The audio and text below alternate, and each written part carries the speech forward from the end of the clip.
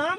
ધીરુભાઈ અર્જુનભાઈ ભાલિયા, ગામ બરાબર. વ્યાજોત્રી, તાલુકો તળાજા, બરાબર જિલ્લો ભાવનગર. બરાબર. તમે ટૂંકમાં ઝીંક પ્લસ ક્યારથી વાપરો છો ધીરુભાઈ? આ વર્ષેથી જ ચાલુ કર્યું છે. પહેલા અમે બધી વાપરતા પણ એનું બહુ રિઝલ્ટ ન મળતું. બરાબર. આનું રિઝલ્ટ સારું છે. બાજરીમાં નાખેલું છે. બરાબર એ બાજરીમાં 2-3 ડુંડા કાઢેલા છે ને જે નથી નાખેલું એમાં એક હરીએ છે.